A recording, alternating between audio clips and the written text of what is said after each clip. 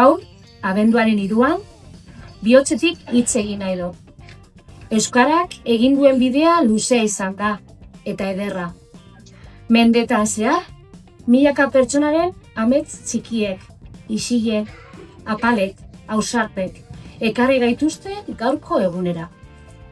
Haiei esker, gure hizkuntza zaharra gaur gazte dantzan dago. Baina bideak ez du berez jarraitzen. Guk eman behar diogu indarra. Guk piztu behar dugu bere argia. Eta horretan gaude, norberetik hasi eta elkarrekin egin.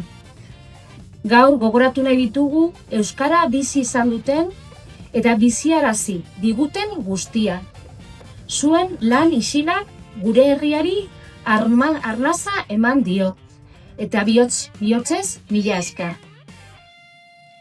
Baina gaur begiak etorkizuna ere begira jarri nahi ditut. Euskara guztiontzat da. Euskara ez dutenentzat ere bada ate bat, gonbidapen bat, elkar ulertzeko aukera bat. Eta ate hori zabalitago, gure esku dago zein zabaltasunarekin irekiko dugun. Euskara zugan dago, nigan, gugan. Eta hor dago gure indarrik handiena. Eman dezagun elkarrekin beste urrats bat. Eman dezagun distira euskarari.